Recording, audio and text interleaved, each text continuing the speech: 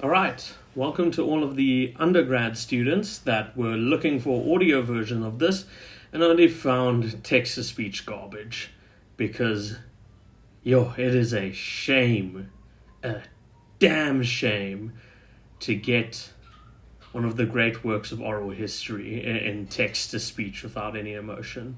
I was looking for an audio version of this. I even looked on pirate websites, but I couldn't find the Fagles translation specifically on there, or maybe I just didn't look hard enough. And Fagles, because you know what?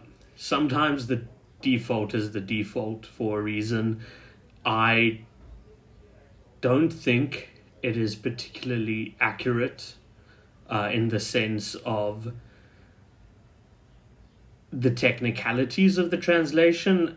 However, it has this certain umami to it. I've read some parts in several different translations, and this does one of the best of, I think, getting over the epicness of what I think was part of the original and what one of my friends that can read the original says is kind of part of the original.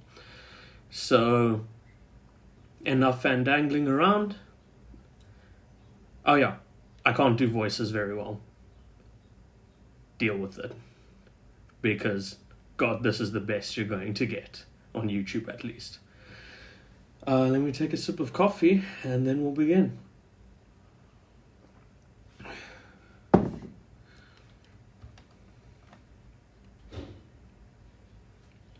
Rage. Goddess, sing the rage of Peleus' son Achilles, murderous, doomed, that cost the Achaeans countless losses, hurling down to the house of death so many sturdy souls, great fighters' souls, but made their bodies carrion, feasts for the dogs and birds. And the will of Zeus was moving forward towards its end. Begin, Muse, when the two first broke in clash, Agamemnon, lord of men, and brilliant Achilles. What god drove them to fight with such fury? Apollo, the son of Zeus and Leto. Incensed at the king, he swept a fatal plague through the army. Men were dying, and all because Agamemnon spurned Apollo's priests. Yes, Chryses approached the Achaeans' fast ships to win his daughter back, bringing a priceless ransom and bearing high in hand, wound on a golden staff, the wreaths of the god, the distant, deadly archer. He begged the whole Achaean army, but most of all the two supreme leaders, Atreus' two sons, Agamemnon, Menelaus, all Argives geared for war. May the gods who hold the halls of Olympus give you Priam's city to plunder, then safe passage home. Just set my daughter free, my dear one. Here, accept these gifts, this ransom. Honor the god who strikes from worlds away, the son of Zeus, Apollo. And all ranks of Achaeans cried out their assent. Respect the priests, accept the shining ransom. But it brought no joy to the heart of Agamemnon. The king dismissed the priest with a brutal order, ringing in his ears. Never again, old man, let me catch sight of you by the hollow ships, not loitering now, not slinking back tomorrow. The staff and the reefs of God will never save you then. The girl, I won't give up the girl. Long before that, old age will overtake her in my house, in Argos, far from her fatherland, slaving back and forth at the loom, forced to share my bed. Now go, don't tempt my wrath, and you may depart alive. The old man was terrified. He obeyed the order, turning, trailing away in silence down the shore, where the battle lines of breakers crash and drag, and moving off to a safe distance, over and over the old priest prayed to the son of sleek-haired Leto, Lord Apollo. Hear me, Apollo, god of the silver bow, who strides the walls of Chryses and Scylla. I can't do names either. Forgive me. Scylla sacrosanct, lord and power of Tenedos. Actually, I'll go back a little bit to when he starts speaking.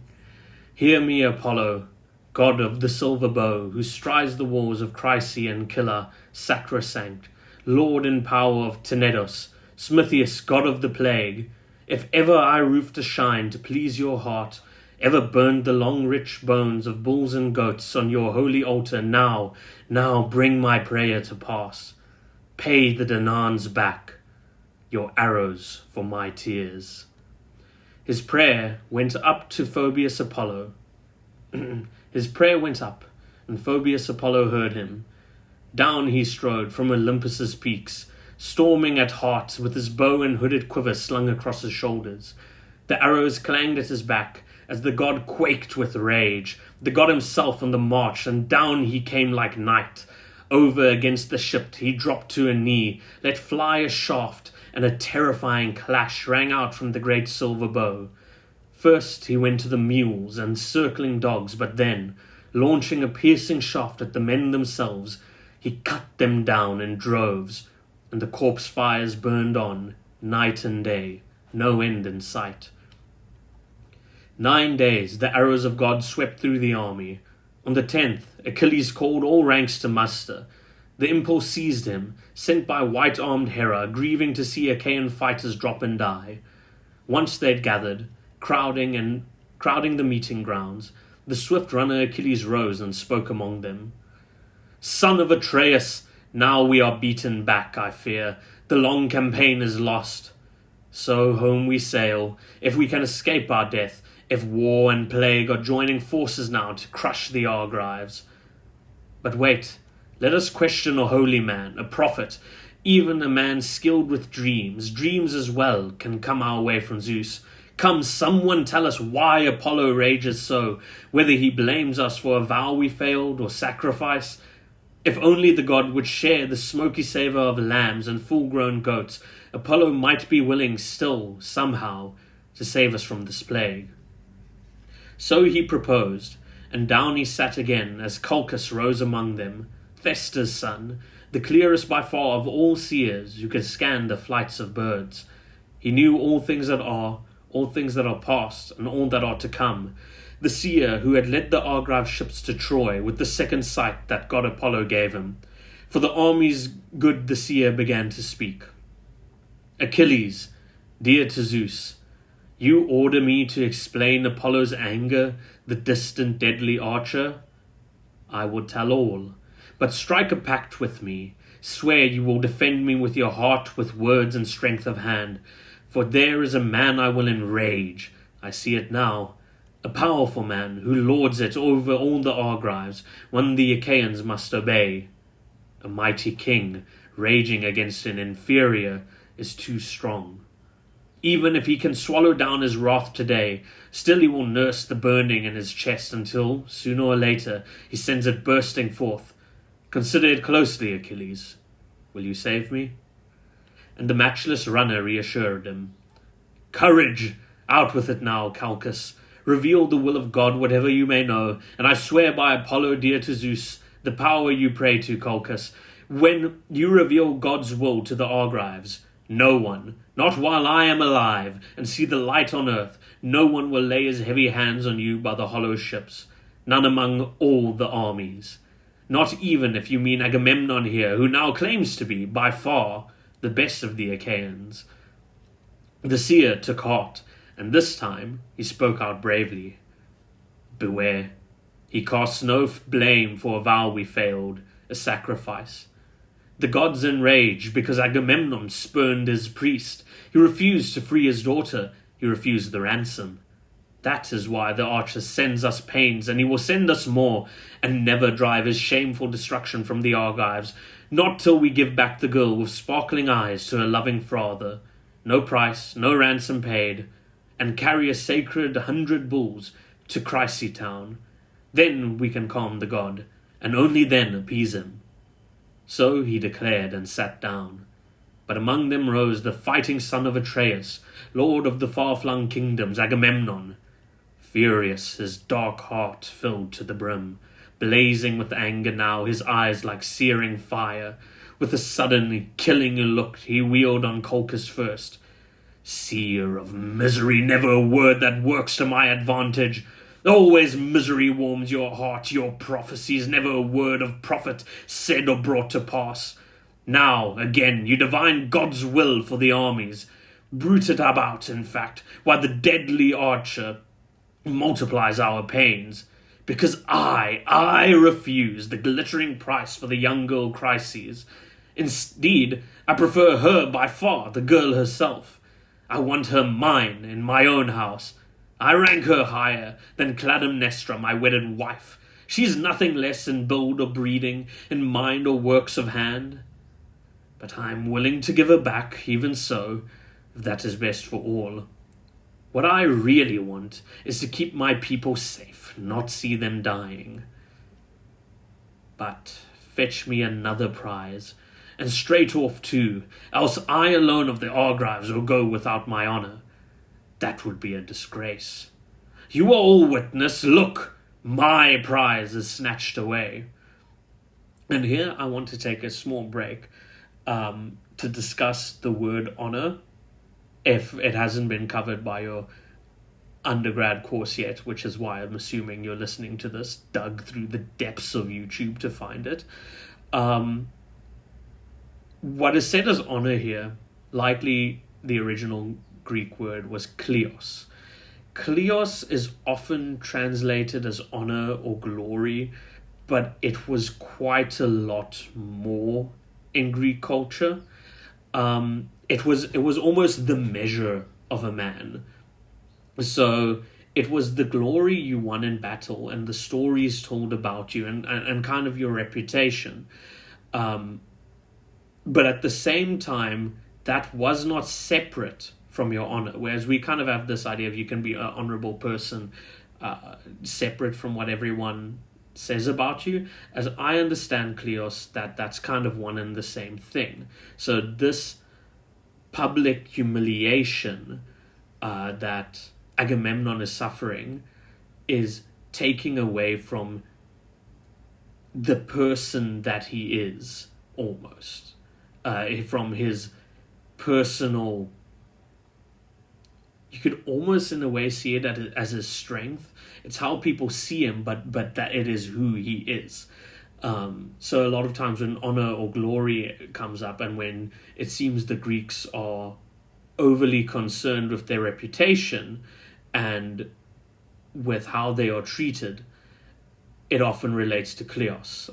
Achilles' whole thing in the Iliad is a conflict between winning kleos and going home safe without kleos. Well, that's one of his things in this. Let me just check if... Okay, it is indeed still recording. That's good. So, if you guys didn't cover that yet, that's why honor is such a big deal, but you can't think of it in the same way, really, you would think about the English word honor. It's not quite translatable. I think the measure of a man is a better way to put it. Anyway. But the swift runner Achilles answered him at once. Just how, Agamemnon, great field marshal, most grasping man alive, how can the generous Argives give you prizes now? I know of no troves of treasure piled, laying idle anywhere. Whatever we dragged from towns we plundered, all's been portioned out. But collect it, call it back from the rank and file? That would be the disgrace. So return the girl to the god, at least for now. We Achaeans will pay you back 3-4 times over, if Zeus will grant us the gift somehow, someday, to raise Troy's massive ramparts to the ground. But King Agamemnon countered. Not so quickly, brave as you are, godlike Achilles. Trying to cheat me? Oh no, you won't get past me. Take me in that way. What do you want? To cling to your own prize while I sit calmly by, empty-handed here? Is that why you ordered me to give her back? No. If our generous Argives will give me a prize, a match for my desires, equal to what I've lost, well and good. But if they give me nothing, I would take a prize for myself. Your own, or Ajax's, or Odysseus's prize. I'll commandeer her myself, and let that man I go to visit choke with rage. Enough. We'll deal with this later, in due time. Now come, we haul a black ship down to the bright sea, gather a decent amount of oarsmen along her locks, and put aboard a sacrifice, and Chryses herself, in all her beauty. We embark her too. Let one of the leading captains take command. Ajax, Idomeneus, trusty Odysseus, or you, Achilles, you, the most violent man alive, so you can perform the rites for us, and calm the god yourself. A dark glance, and the headstrong runner answered him in kind. Shameless, armoured and shameless, always shrewd with greed. How could any Argive soldier obey your orders, freely and gladly do your sailing for you or fight your enemies full force? Not I, no. It wasn't Trojan spearmen who brought me here to fight. The Trojans never did me damage, not in the least. They never stole my cattle or my horses. Never in Pythia, where the rich soil breeds strong men, did they lay waste to my crops. How could they? Look at the endless miles that lie between us. Shadowy mountain ranges, seas that surge and thunder. No, you colossal, shameless. We all followed you, to please you, to fight for you, to win your honor back from the Trojans. Menelaus and you dog-face. What do you care? Nothing. You don't look right or left. And now you threaten to strip me of my prize in person, the one I fought for so long and hard. The sons of Achaia handed her to me. My honors never equal yours. Whenever we sack some wealthy Trojan stronghold, my arms bear the brunt of the raw savage fighting, true. But when it comes to dividing up the plunder, the lion's share is yours, and I go back to my ships, clutching some scrap, some pittance that I love, when I have fought to exhaustion. No more now. Back I go, to Pythia. Better that way by far, to journey home in the beaked ships of war. I've no mind here to linger, disgrace, brimming your cup and piling up your plunder. But the lord of men, Agamemnon, shot back. Desert, by all means, if your spirit drives you home. I will never beg you to stay, not on my account. Never. Others will take my side and do me honor, Zeus above all, whose wisdom rules the world. You, I hate you most of all the warlords loved by the gods. Always dear to your heart, strife, yes, and battles, the bloody grind of war. What if you are a great soldier? That's just a gift of God. Go home with your ships and comrades, lord it over your myrmidons. Lord it over your myrmidons. You are nothing to me, you and your overweening anger. But let this be my warning on your way. Since Apollo insists of taking my crises, I'll send her back in my own ships with my crew. But I will be there in person at your tents to take Briseis away in all her beauty, your own prize, so you can learn just how much greater I am than you, and the next man up may shrink from matching words with me, from hoping to rival Agamemnon strength for strength. He broke off, and anguish gripped Achilles. The heart in his rugged chest was pounding, torn. Should he draw the long sharp sword slung at his hip, thrust through the ranks and kill Agamemnon now, or check his rage and beat his fury down? As his racing spirit veered back and forth, just as he drew his huge blade from his sheath, down from the vaulting heavens swept Athena, white-armed goddess Hera sped her down. Hera loved both men and cared for both alike. Rearing behind him, Pallas seized his fiery hair. Only Achilles saw her, none of the other fighters. Struck with wonder, he spun around. He knew her at once. Pallas Athena, the terrible blazing of those eyes, and his wings words went flying. Why now? Child of Zeus with the shield of thunder, why come now? To witness the outrage Agamemnon just committed? I tell you this, and so help me it's the truth. He'll soon pay for his arrogance with his life. Her grey eyes clear, the goddess Athena answered. Down from the skies I come to check your rage, if only you will yield. The white-armed goddess Hera sped me down. She loves you both, she cares for both alike. Stop this fighting, now. Don't lay hand to sword. Lash him with threats of the price that he will face. And I tell you this, and I know it is the truth. One day glittering gifts will lie before you, 3 times over the pay of all this outrage. Hold back now, obey us both. So she urged, and the swift runner complied at once. I must. When the two of you hand down commands, goddess, a man submits through his heart, though his heart breaks with fury. Better better for him by far. If a man obeys the gods, they're quick to hear his prayers. And with that, Achilles stayed his burly hand on the silver hilt and slid the huge black blade in its sheath. He would not fight the orders of Athena. Soaring home to Olympus, she rejoined the gods aloft in the halls of Zeus, whose shield is thunder. But Achilles rounded on Agamemnon once again, lashing out at him, not relaxing his anger for a moment. Staggering drunk with your dog's eyes, your fawn's heart, never once did you arm with the troops and go to battle, or risk an ambush packed with Achaea's picked men. You lack the courage. You can see death coming. Safer by far you find to foray all through camp, commandeering the prize of any man who speaks against you.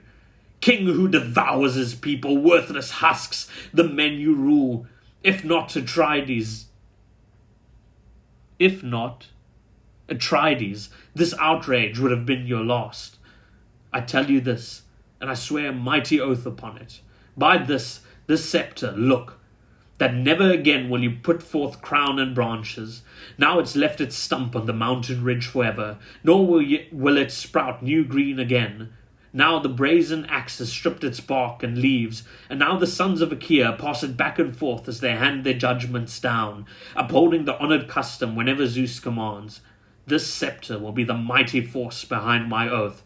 Some day, I swear, a yearning for Achilles will strike. Achaea's sons and all... Someday, I swear, a yearning for Achilles will strike Achaea's sons and all your armies. But then, Atrides, harrowed as you will be, nothing you do can save you. Not when your hordes of fighters drop and die, cut down by the hands of man-killing Hector. Then you will tear your heart out, desperate, raging that you disgraced the best of the Achaeans. Down on the ground, he dashed the scepter, studded bright with golden nails, then took his seat again. The son of Atreus smouldered, glaring across at him. But Nestor rose between them, the man of winning words, the clear speaker of Pylos. Sweeter than honey from his tongue, the voice flowed on and on. 2 generations of mortal men he had seen go down by now, those who were born and bred with him in the old days, in Pylos' holy realm. Now he ruled the 3rd. He pleaded with both kings, with clear good will. No more, or enormous sorrow comes to all of Achaea. How they would exult, Priam and Priam's sons and all the Trojans. Oh, they'd leap for joy to hear the 2 of you battling this way. You who excel us all, first in the Achaean councils, first in the ways of war. Stop, please. Listen to Nestor. You are both younger than I, and in my time I struck up with better men than you, even you, but never once did they make light of me. I've never seen such men. I never will again. Men like... Greek is hard. Pirithous, Dryas, that fine captain, Ceneus and Exadius, Polyphemus, royal prince, and Theseus, Aegeus' boy, a match for the immortals. They were the strongest mortals ever bred on earth, the strongest, and they fought against the strongest too, shaggy centaurs, wild brutes of the mountains. They hacked them down, terrible, deadly work, and I was in their ranks, fresh out of Pylos, far away from home. They enlisted me themselves, and I fought on my own, a freelance, single-handed, and none of the men who walk the earth in these days could battle with those fighters, none but they. They took to heart my counsels, marked my words. So now you listen too. Yielding is far better. Don't seize the girl, Agamemnon, powerful as you are. Leave her, just as a son of Achaea. Leave her, just as the sons of Achaea gave her, his prize from the very first. And you, Achilles, never hope to fight it out with your king, pitting force against his force. No one can match the honors dealt a king, you know. A sceptered hand... A sceptered king, whom great Zeus gives glory. Strong as you are, a goddess was your mother. He has more power because he rules more men. Atrides, end your anger. Look, it's Nestor. I beg you, cool your fury against Achilles. Here the man stands over all of Achaea's armies, our rugged bulwark braced for the shocks of war. And here, I will drink some more coffee.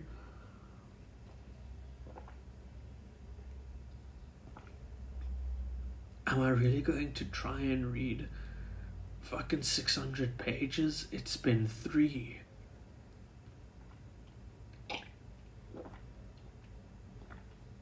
But because I'm the only person on the internet doing it, I think, you're just going to have to deal with me not being very professional.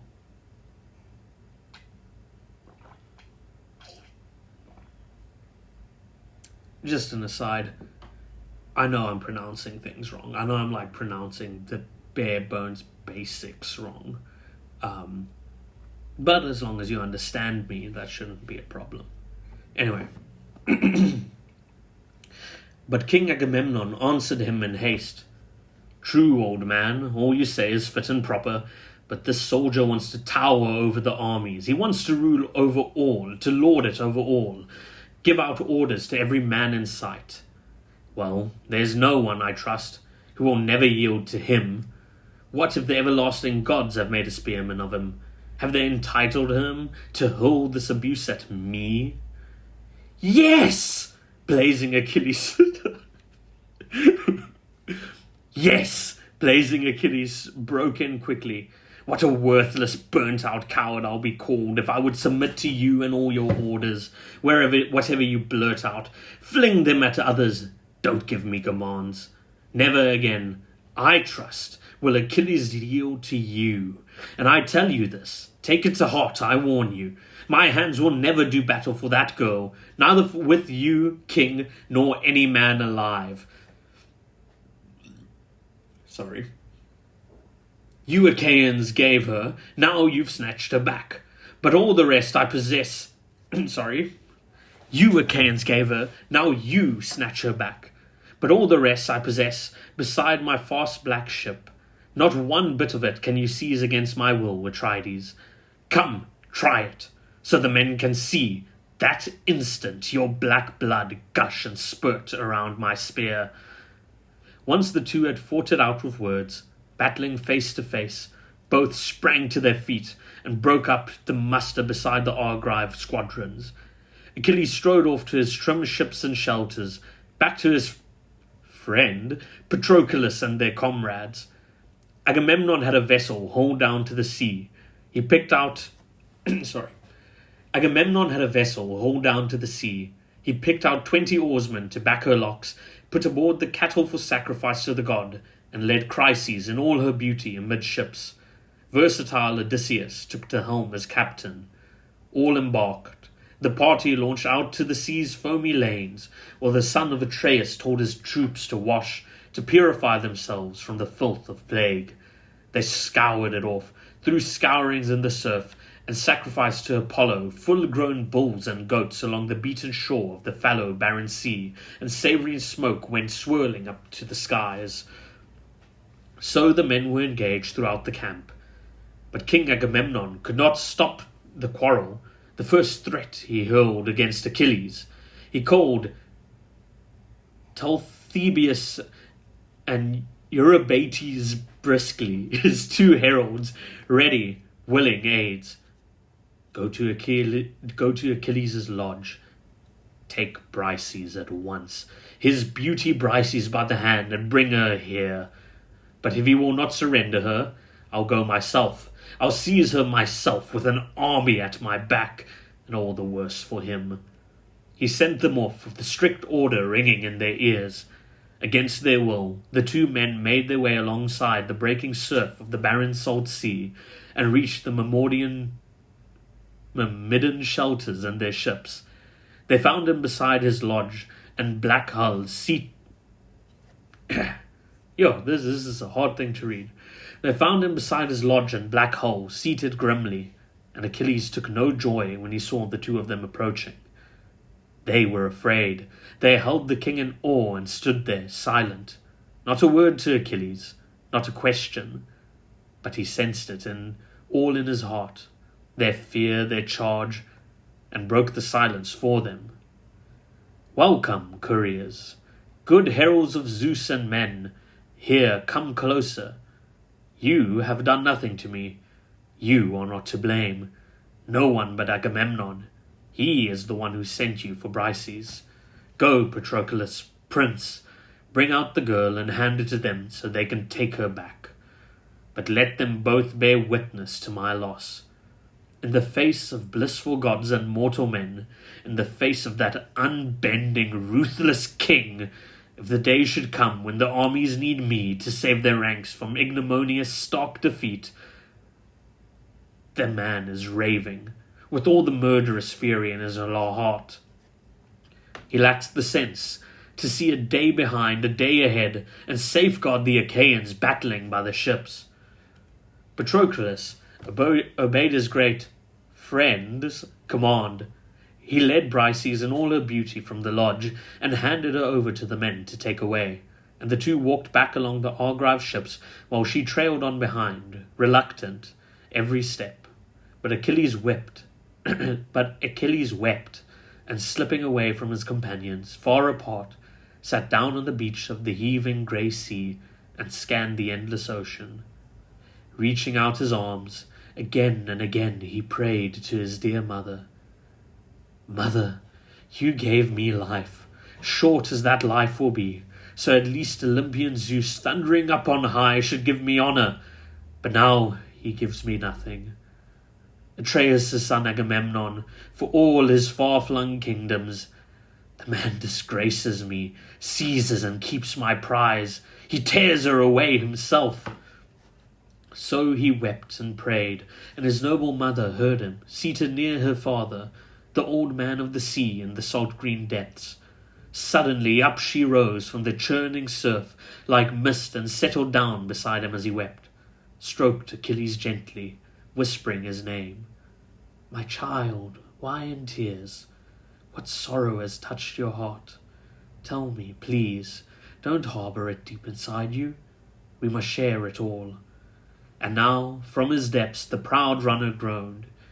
You know, why labour through it all? You know it all so well.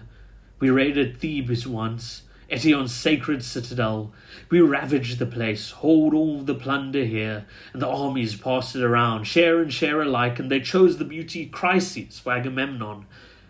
But soon her father, the holy priest Apollo, the distant deadly archer, Chryses approached the fast-trimmed ships of the Argives in bronze to win his daughter back, bringing a priceless ransom and bearing high in hand, walled on a golden staff, the wreaths of gold the wreaths of the god who strikes from worlds away.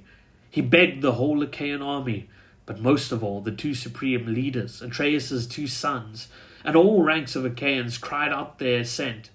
Respect the peace, accept his shining ransom.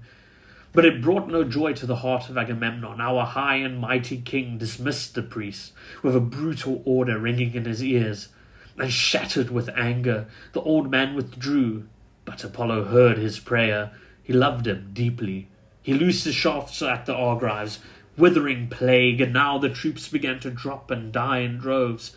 The arrows of God went showering left and right, whipping through the Achaeans' vast encampment. But the old seer, who knew the cause full well, revealed the will of the archer god Apollo. And I was the first, mother.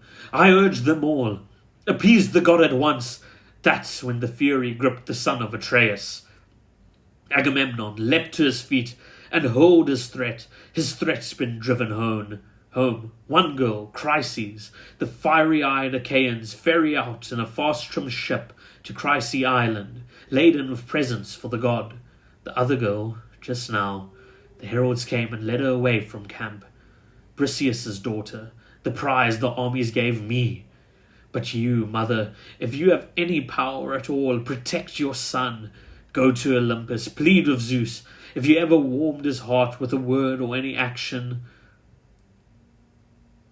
time and time again, I heard your claims in father's halls, boasting how you and you alone of all the immortals rescued Zeus, the lord of the dark storm cloud, from ignominious stark defeat. That day the Olympians tried to chain him down. Hera, Poseidon, lord of the sea, and Pallas Athena. You rushed to Zeus, dear goddess, broke those chains, quickly ordered the 100-hander to steep Olympus, that monster whom the immortals called Briareus, but every mortal calls the sea god's son, Aegeon.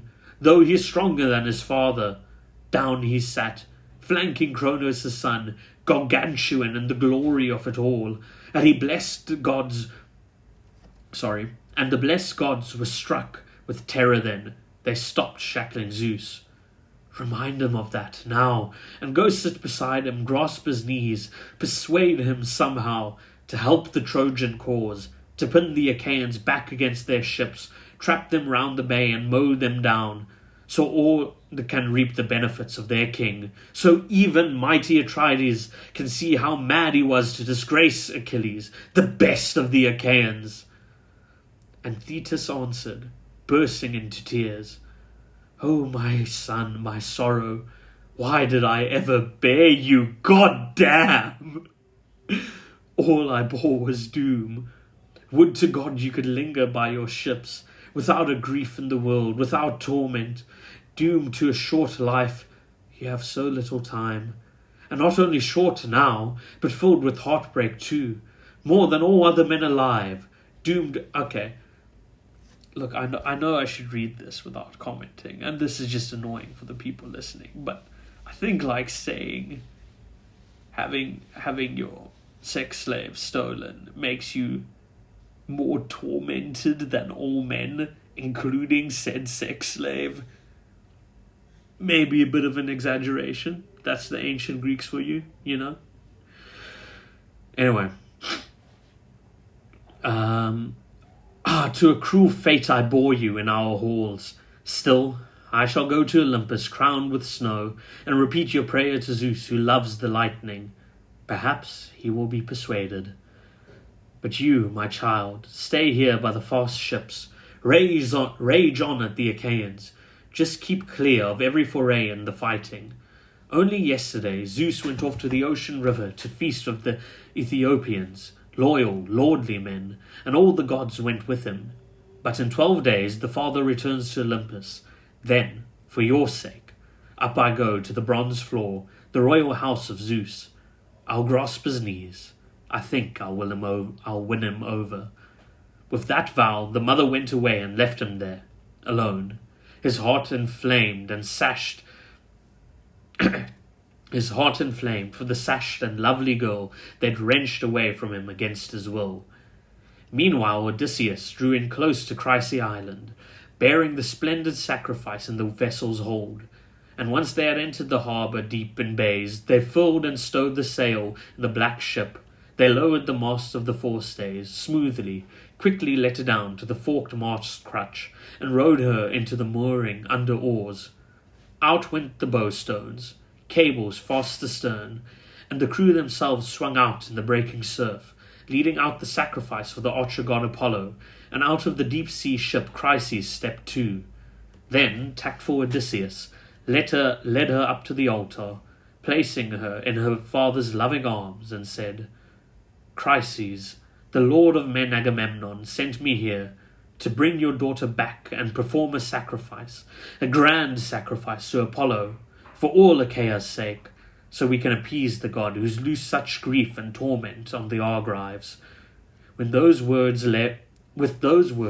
he left her in Chryses' arms. Names. And the priest embraced the child he loved, exultant. At once the men arranged the sacrifice for Apollo, making the cattle ring his well-built altar. Then they rinsed their hands and took up barley. Rising among them, Chryses stretched his arm to the sky, and prayed in a high resounding voice. "Hear me, Apollo, god of the silver bow, who strives the walls of Chrysae, and Scylla sacrosanct, Lord in power of Tenedos. If you honored me last time and heard my prayer, and rained destruction down on all of Achaea's ranks, now bring me my prayer to pass once more. Now, at last, drive this killing plague from the armies of Achaia." His prayer went up, and Phobos Apollo heard him. And soon as the men had prayed and flung the barley, first they lifted back the heads of the victims, slit their throats, skinned them, and carved away the meat from their thigh bones, and wrapped them in fat, a double-fold slice, clean and topped with strips of flesh. And the old man burned these over the dried wood, and over the quarters poured out glistening wine, while young men at his side held the 5-pronged forks. Once they had burned the bones and tasted the organs, they cut the rest into pieces, pierced them with spits, roasted them to a turn, and pulled them off the fire. The work done, the feast laid out, they ate well, and no man's hunger lacked a share of the banquet. When they had put aside desire for food and drink, the young men brimmed the mixing bowls of wine, and tipping first drops for the god in every cup, they poured full rounds for all, and all day long they appeased the god with song, raising a ringing hymn to the distant archer who drives away the plague. Those young Achaean warriors singing out his power, and Apollo listened, his great heart warm with joy. And I think that's where I'm going to end it for now. So that is after the sacrifice. We're approaching line 570 out of many. Out of many. Look, honestly, I don't know if I'm going to finish this audiobook. I don't think I am. But it was very frustrating to look and not find anything online. And this obviously deserves to be online as one of the most important, culturally speaking, stories ever told in like Western culture. Agamemnon, what a dick. I can't believe the story keeps calling him the greatest of all men. Like, by our modern standards, Achilles isn't great with, the sex slaves and all. But, Agamemnon, what a poopball.